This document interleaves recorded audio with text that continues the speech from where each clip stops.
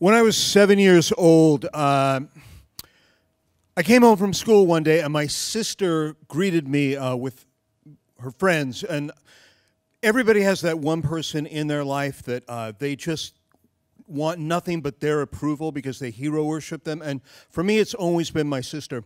And my sister greeted me with a Almond Joy bar and said, "This is for you, and I need to tell you why it's for you."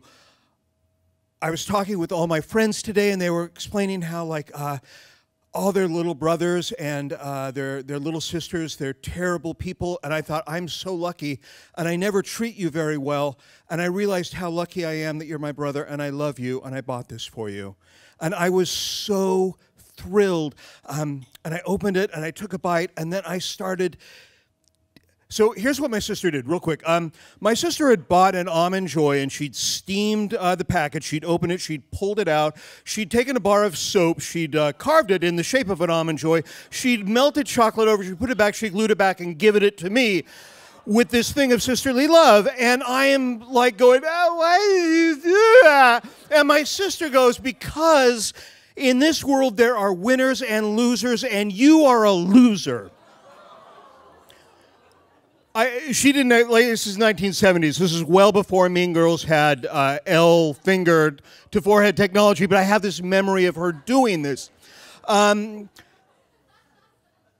what can you do, right? My sister is 5 years older than me, and there's nothing I can do. Fast forward real quick. I'm a freshman in college. She's in graduate school. By this point, we get along well. My sister and I, to this day, are unbelievably close. And we're home for break. And I'm waiting for her flight to come in, and I make a list of 10 things that she's done to me in childhood that I'm going to repay her for. And later that night, we're having wine, and I tell her about the list, and she goes, "Well, that's fine. My guess is that, like, you'll probably get them all, maybe even this trip. But I'm telling you right now, you will never get me to eat chocolate-covered soap." And I'm like, "I could." She goes, "No, and this is why. Because I act with instinct. You overthink everything you ever do. And that's why I will always be 5 steps ahead of you. And that's why I beat you every time we go head to head." Challenge on. So for the next 10 years, I try so many ways. One point, this is true, I actually made a salad with grated Parmesan cheese, and I grated soap into it as well. And it didn't matter what I did. One point I stopped for 3 years, knowing that in the 4th year I would do it again. And it wasn't like she wouldn't eat anything at my parents' house or anything that I made. She'd eat it with gusto unless it had soap in it. It was just instinctively she knew.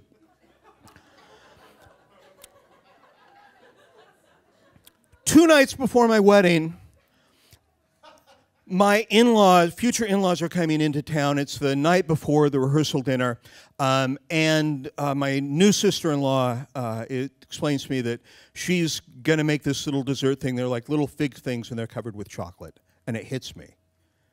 This is my chance. My sister won't see it coming from my sister-in-law. Who would do that? Nobody would do that. My sister won't see it coming. And my wife-to-be was like, "Do not do this." Partially because, like, we're a day and a half away from being married, and partially because her family is already a little worried that my family is really weird and crazy, which an idea that they've come up with through, observation. And she goes, "You can't do this." And I said, "Just let me do this. I promise it won't get weird, and I promise it'll be fun. My sister will love it." And she goes, "Okay, here's the thing. When your sister figures it out before she even eats it, you need to promise me you never do this again. That's it." And I promise. And so I help my sister-in-law, and I make this little fig thing with chocolate over. And then we have the dinner, and then it's dessert time, and some people are doing the dishes, and my sister-in-law's putting them on this platter. My parents have like this long porcelain platter, and we put them one in a row. And the thought is my sister-in-law will serve them first to my mom, then to my dad, then to my sister, then to my future mother-in-law. And by now, my sister-in-law, by the way, is getting cold feet. She's like, I don't know that I'm cool with this. I'm like, no, it's going to be fine. And she's like, well, your sister will find it amusing. I'm like, no, she will cry. It's going to be great. So I'm putting them on the thing, and I go, one for my mom, one for my dad, one for my sister, one. I'm like, no. My sister's going to know that the third one is soap. So I'm going to put the soap in the fourth one. So I put it down, and then I'm like, wait, hold on. My sister is going to know that I know that. And so my sister is going to go for the fourth. So I switch them back, and then I go, no, because my sister is only several steps ahead. My sister is going to know that she knows she'll never suspect it in the third. And so I keep switching. I am like Wallace Shawn in The Princess Bride, just back and forth between the third and the fourth. And finally, it just hits me that, like, I'm going to lose again. This is my one opportunity to ever win against my sister, and I am going to lose the way I always do. And then I remember what she had told me at this point 12 years ago, and I thought, I'm overthinking. You know, I'm just going to do instinct. I'm going to close my eyes, and I'm going to open them, and what would my sister do? And I'm going to put it there. I close my eyes, I open, I put it there.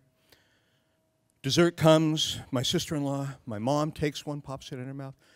Dad takes one, puts it in her mouth, hands it over to my sister. My sister's about to go for the third, and she stops. And then she goes to the fourth, and then she stops, and then she looks at me. And then she gets this shit-eating grin on her face, and she slowly reaches all the way to the back, and then two down, and picks it up and pops it in her mouth. And then lets out a scream, because that is where I had put the soap with the chocolate.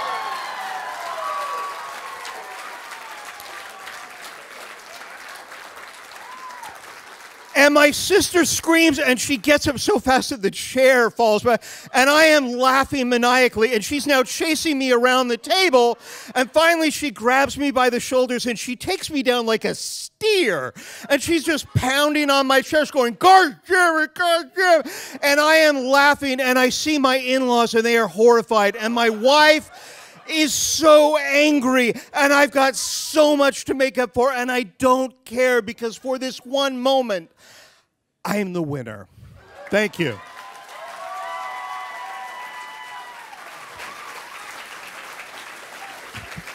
Tod Kelly, keep it going, closing it down.